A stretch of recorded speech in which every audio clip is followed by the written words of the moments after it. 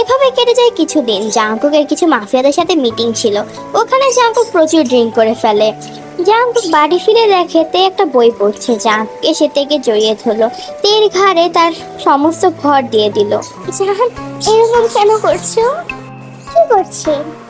তুমি না আমার পিচ্ছি পাখি, কিন্তু তোমার বডি একদম পিচ্ছিদের মতো না, তুমি অনেক সেক্সি জানো। কি বলছেন এগুলা? কি বলছি? ঠিকই তো বলছি। জানো তোমাকে যখন আন্ড্রেস করি তোমাকে কত সুন্দর লাগে। জানো তোমার বুকের বাম পাশের তিলটা, ওখানে না আমার চুমু খেতে। তে আর শুনতে পারছে না, সে বুঝে গেছে জাংকুক অনেক ড্রাঙ্ক। জাংকুক তের কথা বলা শেষ করার আগে জাংকুকের ঠোঁটে কিস করতে শুরু করে। তে জানে জাংকুক ড্রাঙ্ক থাকলে সকালে উঠে সে সব ভুলে যাবে।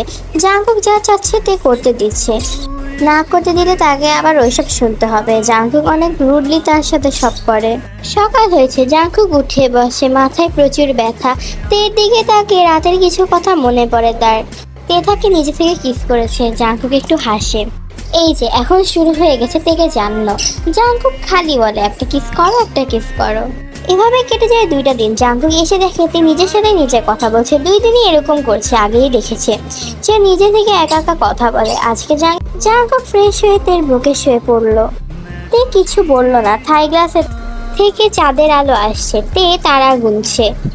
ঘরে একটা ডিম লাইট জ্বালানো। জাংকুক তের জামার বোতামগুলো খুলে তে এর বুকে পেটে টাচ করে, কিস করে। তে এর বুকে এসে শুয়ে পড়ে। একটু পর পর সেখানে চুমু খাচ্ছে। জান, একটা কিস দাও না। পারবো না। কেন দাও না? বললাম না পারবো না। লাস্ট বার বলছি, দিবে নাকি দিবে না?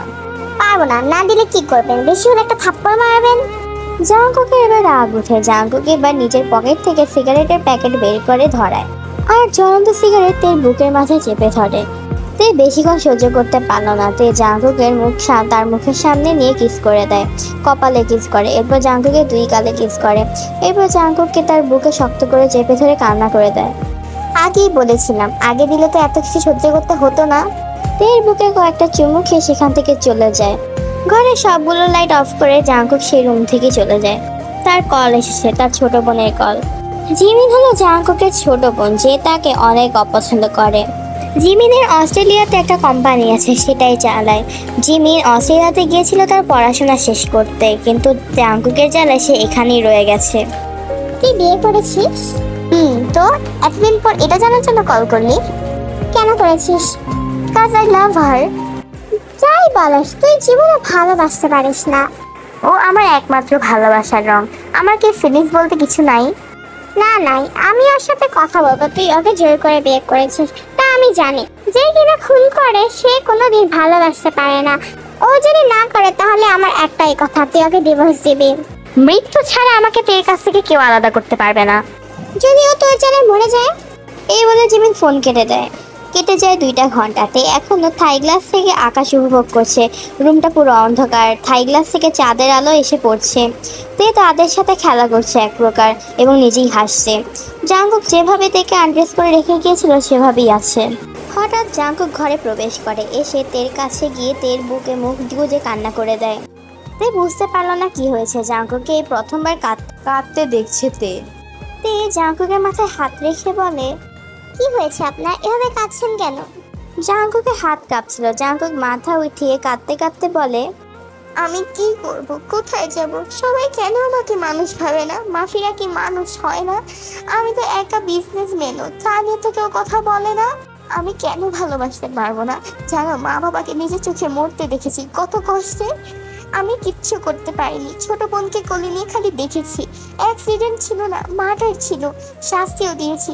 আমার বোনকে ছোট থেকে মানুষ করেছি, সেও আমাকে দেখতে পারে না। সেও তোমাকে আমার থেকে আলাদা করতে চায়, কিন্তু কেন? আমি কি একটু ভালোবাসার যোগ্য না? তুমিও তো আমাকে মাফিয়া বলে দূরে ঠেলে দাও। আমার কি ফিলিংস নেই? তুই জাংকুককে নিজের বুকে শক্ত করে জড়িয়ে ধরে। প্লিজ আর কাঁদবেন না, আপনাকে এভাবে ভালো লাগছে না। জাংকুকের হাত কাঁপছিল। জাংকুকের হাত কাঁপতে দেখে তে জাংকুকের হাত শক্ত করে ধরে। আপনার হাত এভাবে কাঁপছে কেন? এটা আমার ছোট থেকে কাঁদলে আমার বডি রিঅ্যাক্ট করে। তাহলে আর কাঁদতে হবে না। তে আসলে কারো কান্না দেখতে পারে না। তে পুড়ে যাওয়া জায়গায় হাত রেখে বলে, ব্যথা করছে? এখন কম, জাঙ্কুক তের পুরা যাওয়া জায়গায় মেডিসিন লাগিয়ে দেয়। জাঙ্কুক তের বুকে শুয়ে থাকে। তে জাঙ্কুকের মাথায় হাত বুলিয়ে দিচ্ছে আর আকাশদের সাথে কথা বলছে, তা আবার জাঙ্কুককে শোনাচ্ছে। তে তোমার কি এই রুমে খুব একা লাগে? লাগে তো। তে হাত বুলিয়ে দিচ্ছে আর জাঙ্কুক বাচ্চাদের মতো তের কাছে গল্প শুনছে। জাঙ্কুক ওভাবেই ঘুমিয়ে যায়। পরের দিন জাঙ্কুক রেডি হচ্ছে। তে বিছানায় বসে বাচ্চাদের মতো পা নাচাচ্ছে। জাঙ্কুক তের দিকে তাকে মুচকি হাসে। তাদের বিয়ে হয়েছে 2 মাস, আর 1 মাস পর জানুয়ারি। একটা টুইস্ট আছে, তার জন্য বলে রাখলাম। জাঙ্কুক তেকে কোলে তুলে নিল। এই কি করছেন আপনি? নামান আমাকে। জাঙ্কুক নামিয়ে দেয়। তের হাত হালকা করে ধরে রুম থেকে বের হয়। সিঁড়ি দিয়ে নামছে জাঙ্কুক আর তে শুধু আশেপাশে তাকিয়ে দিচ্ছে। এই কোনো রাজপ্রাসাদের থেকে কম না। সবাই শুধু হা করে তাদের দিকে তাকিয়ে আছে। তারা কখনো ভাবেনি জাঙ্কুক তেকে এত তাড়াতাড়ি নিচে নামাবে। জাঙ্কুক তের কপালে চুমু খেয়ে বলে, বাড়ির বাহিরে বাগান আছে, ওইখান পর্যন্ত যেতে পারবে। তাছাড়া বাড়ি থেকে বের হওয়া তোমার জন্য নিষেধ। এই বলে জাঙ্কুক তের কপালে চুমু খেয়ে বেরিয়ে যায়। তে তো মহা খুশি, পুরো বাড়ি ঘুরে ঘুরে দেখছে, এর সাথে ওর সাথে কথা বলছে। বাড়ি ঘুরে তে একদম ক্লান্ত হয়ে বসে বসে টিভি দেখছে। সন্ধ্যা হয়েছে, একটু পর জাঙ্কুক আসবে। জাঙ্কুক বাড়ি ফিরে দেখে তে টিভি দেখছে। জাঙ্কুক তেকে কোলে তুলে নেয় আর রুমে চলে যায়।